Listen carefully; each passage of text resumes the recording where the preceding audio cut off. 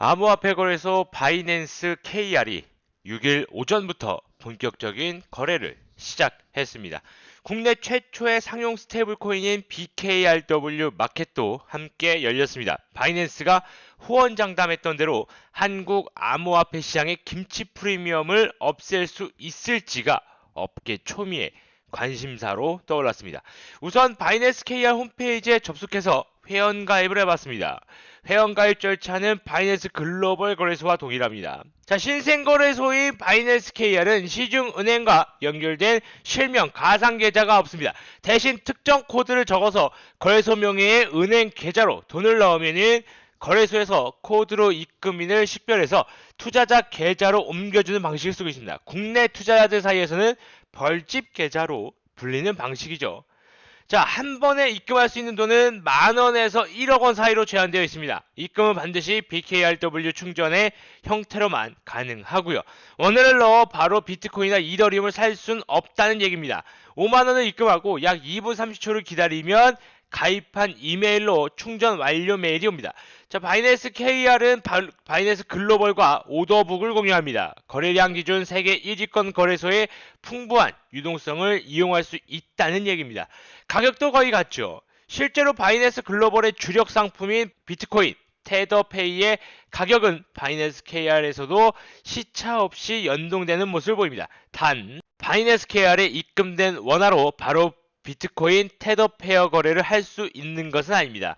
원화 입금 투자자는 일단 BKRW 마켓에서 비트코인이나 이더리움, 바이낸스 코인을 구매해야 바이낸스 글로벌로 넘어가서 특유의 유동성 높은 오더북을 활용할 수 있다는 겁니다. 자, 근데 바이낸스 KR, BKRW 마켓에 암호화폐 가격은 사람을 어리둥절하게 만듭니다. 6일 오후 12시 15분 국내 거래소 업비트의 비트코인 가격은 826만 3천원이었습니다. 같은 시각 바이낸스 KR의 비트코인 BKRW 페어 환산 가격은 약 833만 3천원 정도로 1%가량 비쌉니다. 신기한 것은 바이낸스 KR의 비트코인 테더 페어의 환산 가격은 약 844만 6천원 정도여서 BKRW로 비트코인을 산 후 테더로 바꾸면 앉아서 1.5% 남짓의 시세 차익을 거둘 수 있다는 거죠. 이더리움도 마찬가지입니다.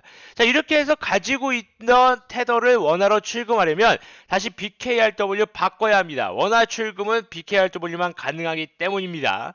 물론 이 과정에서 앞서 얻었던 1.5%의 시세 차익은 다시 사라집니다.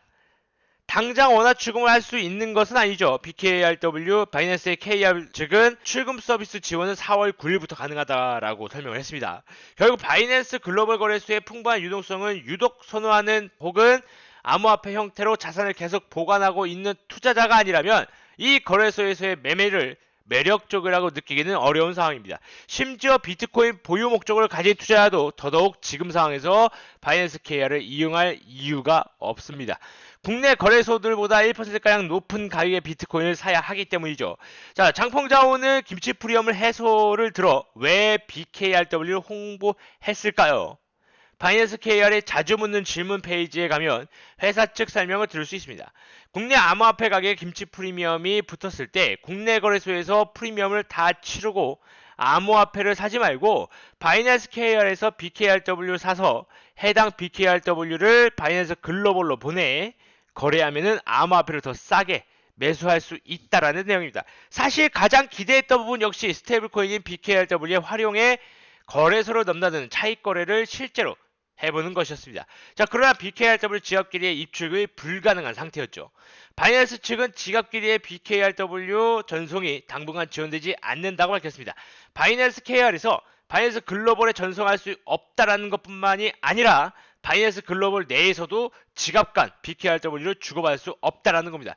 상황이 이렇다면은 현재 BKRW는 사실상 암호화폐가 아니라 바이낸스가 발행한 원화 포인트에 불과합니다. 바이낸스 관계자는 내부 정책에 따라서 당장은 지갑 간 BKRW 이동을 지원하지 않지만 향후 따로 공지가 있을 예정이다 라고 말했습니다. 출금 서비스 지원이 시작되는 4월 9일 이후에도 BKRW 이동은 지원되지 않을 수 있다라는 얘기입니다. 일이 이렇게 진행된다면 장펑자오는 일종의 과대 광고란 셈입니다. 멋모르고 지난 2일 원화 입금을 했던 고객만 일주일 동안 투자금이 묶이는 피해를 겪게 될 수 있다라는 거죠. 자, 이날 바이낸스 KR의 거래는 당초 공지했던 시간보다 10여 분 늦은 오전 10시 11분께 시작이 됐고요. 개장 이후에도 시간이 갈수록 거래소 이용이 원활하지 않았습니다. 거래소 가입과 이용을 원하는 투자자들이 몰려서 시스템에 부하가 발생을 했고요. 투자자 2,300여 명이 모여있는 공식 텔레그램 채팅방에는 이와 관련된 각종 민원이 빗발쳤습니다. 대부분 입금 지연, 본인 인증 오류, 주문 지연에 대한 불만이었습니다. 앞에서 말씀드렸듯이 현재 바이낸스 KR 거래소는 원화 입금을 해도 바이낸스 KR에서 발행하는 포인트로 바꿔주는 것으로 확인이 됐습니다. 일단 앞으로의 문제점을 먼저 확인을 해봐야 되는데 바이낸스 과연 이용할 만한 가치가 있을까요? 저는 여기까지 하도록 하겠습니다.